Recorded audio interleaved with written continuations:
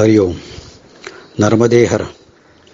श्री नर्मदा मैयाच्या किनारी राहणे आणि सेवा करणे तिथे या दोन्ही व्रतांच्या एकत्रीकरणामुळे त्या साधकामधील वैराग्याची वाढ एका विलक्षण गतीने होत असते. भालोद या गावी ज्याने आश्रमाची स्थापना केली आहे ते पूजनीय शरदचंद्र प्रतापे महाराज हे या वरील गोष्टीचे एक उत्तम उदाहरण आहे.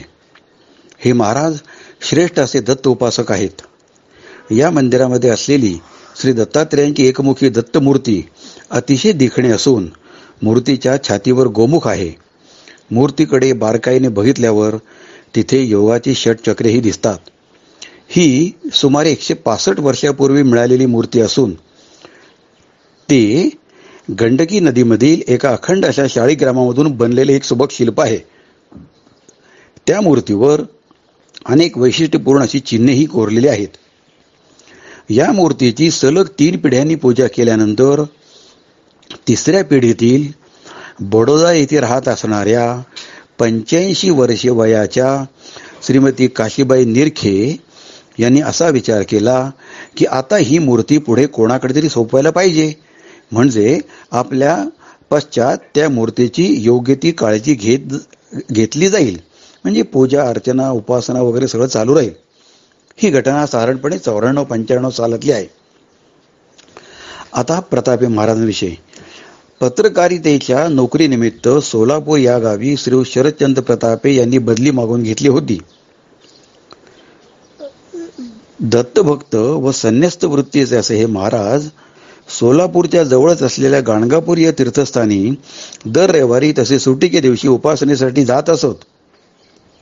त्यावेळी सोलापुरातच राहत असलेले श्री देव नावाचे एक साधक की ज्यांनी श्री नर्मदा परिक्रमा केली होती ते महाराजांनी येऊन भेटले व त्यांनी या महाराजांकडे अशी विचारणा केली की माझे या परिक्रमेच्या काळातील अनुभव तुमच्या वृत्तपत्रात छापवून द्याल का. श्री देव यांच्या अति आग्रहामुळे प्रतापे महाराजांनी श्री नर्मदा परिक्रमेची माहिती श्री देव यांच्याकडून घेतली व छापली सुद्धा. या घटनेचा सर्वात मोठा सुपरिणाम या महाराजांवर झाला व त्यांना असे वाटले की अशी अलौकिक परिक्रमा आपणही करावी आणि त्यांनी परिक्रमेला जाण्यासाठी दीर्घ काळासाठी रजा काढली व 1988-89 मध्ये पायी परिक्रमा केली. परिक्रमेत रुची वाढली. लगेच 90-91 मध्ये दुसरी ही परिक्रमा केली. त्यामुळे प्रतापे महाराजांच्या वैराग्य वृत्तीमध्ये खूपच वाढ झाली. नंतर नोकरी सोडून देऊन श्री नर्मदा तीरीच वास्तव्य करून श्री नर्मदा मैयाला व स्वतःला जाणण्यासाठी प्रयत्नरत राहण्याचे त्यांनी ठरवले. या प्रयत्नांची सुरुवात त्यांनी उत्तर तटावरील श्री क्षेत्र गरुडेश्वरच्या जवळच्या श्री क्षेत्र नारेश्वर इथून करायचं ठरवलं. तेथे श्री रंगावधूत स्वामींची समाधी आहे. स्वामींच्या छत्रछायाखाली महाराजांनी श्री दत्तोपासना सुरू केली. तेथे त्यांच्या मनात असे आले की रंगावधूत यांचे गुरु श्री टेंबे स्वामी यांच्या जन्मगावी जाऊन श्री गुरुचरित्राची 108 पारायणे करावेत. त्यासाठी माणगाव येथील मंदिरामध्ये गुरुजींकडून संकल्पपूजा करण्यासाठी त्या गुरुजींची वाट पाहत असताना त्यांना अंतर्मनामध्ये श्री टेंबे स्वामींचा असा संदेश मिळाला की इथे पारायणे न करता नारेश्वरला जाऊन पारायणांना सुरुवात कर.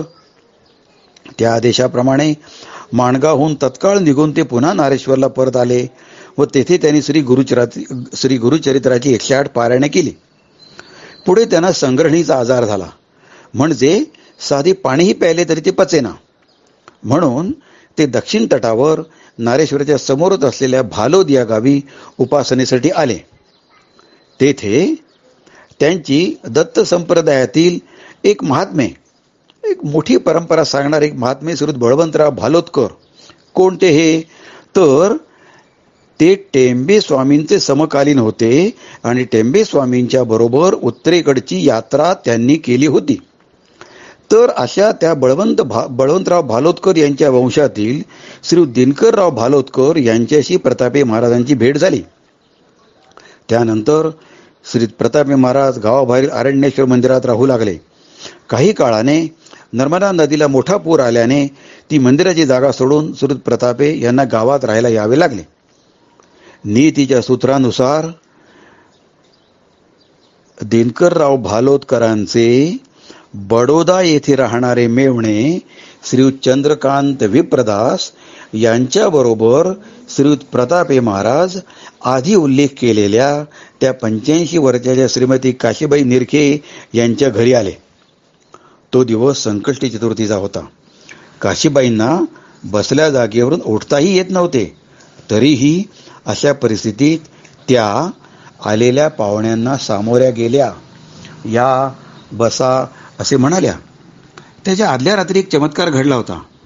काशीबाईंच्या स्वप्नामध्ये दत्तप्रभू आले आणि त्यांनी सांगितले की उद्या तुझ्याकडे नर्मदेच्या काठावरून कोणी साधू संत महात्मा आले तर खात्री करून घे आणि मला त्यांच्या स्वाधीन कर.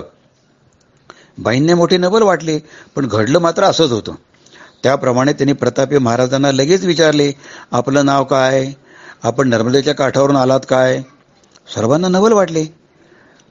तेव्हा काशीबाई श्री प्रतापे महाराजांना म्हणाल्या की मला झालेल्या दृष्टांतानुसार हे दत्तप्रभू तुमच्याकडे येऊ इच्छितात. त्यांचे हे बोल ऐकून श्री प्रतापे जरा गंभीर होऊनच असा विचार करू लागले की संसारापासून विरक्त होऊन मी तर संन्यासी वृत्ती स्वीकारली आहे. असे असताना ही मूर्ती स्वीकारणे म्हणजेच तिचे व्यवस्थापन म्हणजे पूजा आरती मंदिर इत्यादी गोष्टी ओघाने येतीलच आणि तो एक वेगळ्याच प्रकारचा प्रपंच सुरू होईल. त्यामुळे या मूर्तीचा स्वीकार करायलाच नको. त्यामुळे काशीबाईंना उत्तर न देता श्री प्रतापे महाराज गप्पच राहिले होते. परंतु त्यांच्या बरोबर असलेल्या मंडळींनी ही मूर्ती आम्ही नक्की घेऊन जाऊ असे काशीबाईंना सांगितले.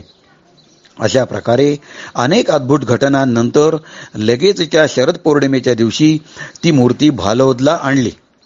आता प्रश्न असा उभा राहिला की जिथे प्रतापे महाराजांनाच राहायला जागा नाही तिथे मूर्ती कुठे ठेवणार. शेवटी तात्पुरती शेड एक उभारली आणि तिथे मूर्तीची व्यवस्था केली गेली.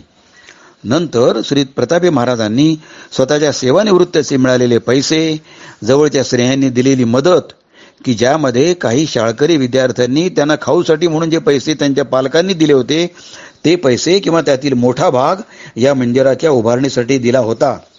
अशा प्रकारे बऱ्याच भक्तांच्या आर्थिक सहाय्यामुळे हे प्रशस्त मंदिर तयार झाले. मूर्तीसमोर महाराजांनी औदुंबराचे झाड लावले. त्या झाडाची जागा तिसऱ्या वेळेला नक्की होऊ शकली. त्या झाडावर एक अलौकिक चित्र आहे. हे झाड जरी औदुंबराचे असेल तरी त्या झाडाच्या खोडावर उजव्या सोंडेच्या गणेश मूर्तीचा आकार स्पष्ट दिसतो. प्रतापे महाराजांची या मंदिरात राहतानाची अशी भावना आहे की मी तर साक्षात नर्मदा मैयाच्या मांडीवरच राहत आहे. तेथेच टेंबे स्वामींची एक मूर्तीसुद्धा त्यांनी स्थापन केलेली आहे. या मंदिरात कोणालाही मुक्त प्रवेश आहे.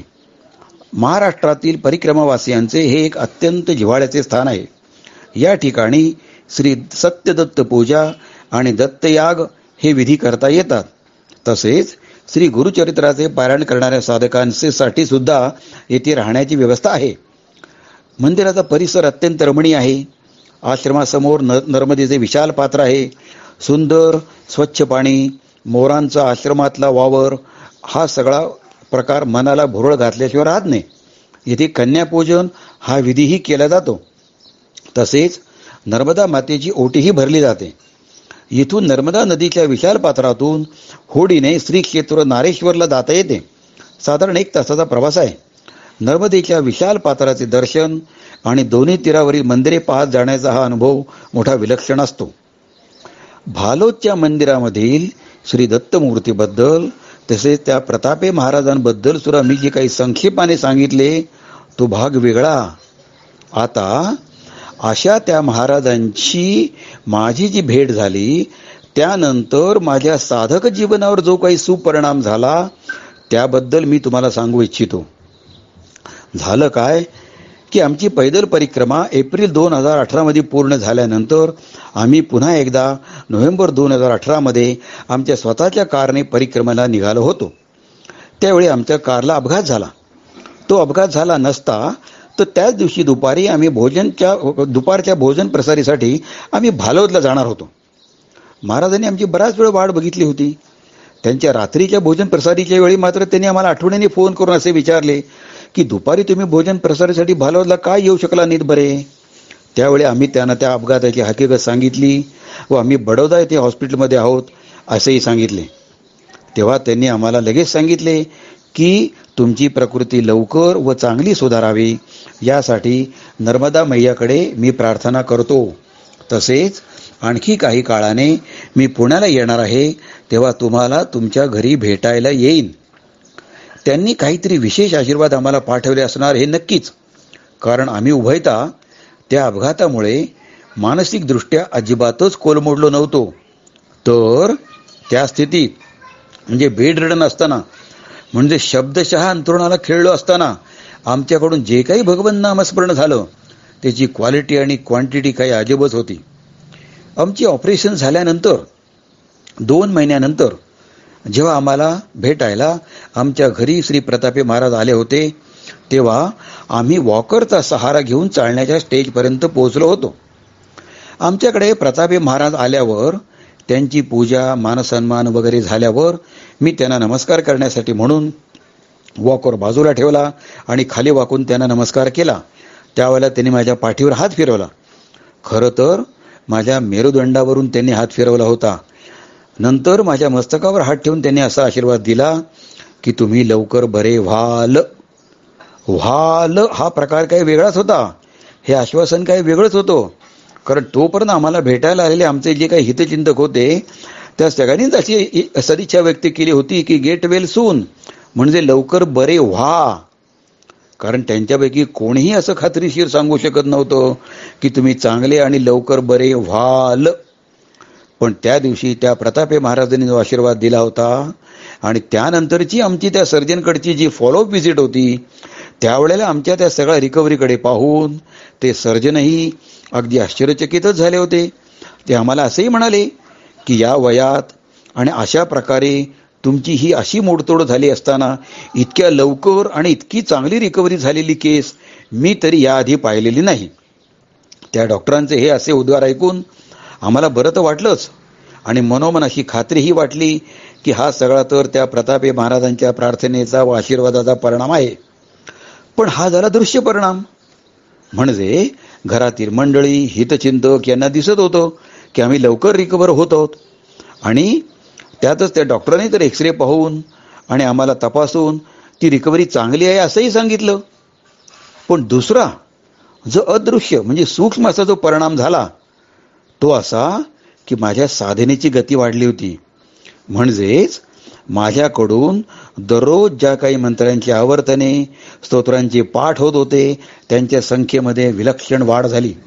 एवढेच नाही तर काही धर्मग्रंथांच्या काही एका नवीन भागाचाही माझ्या नित्य पाठांमध्ये समावेश होऊ शकला.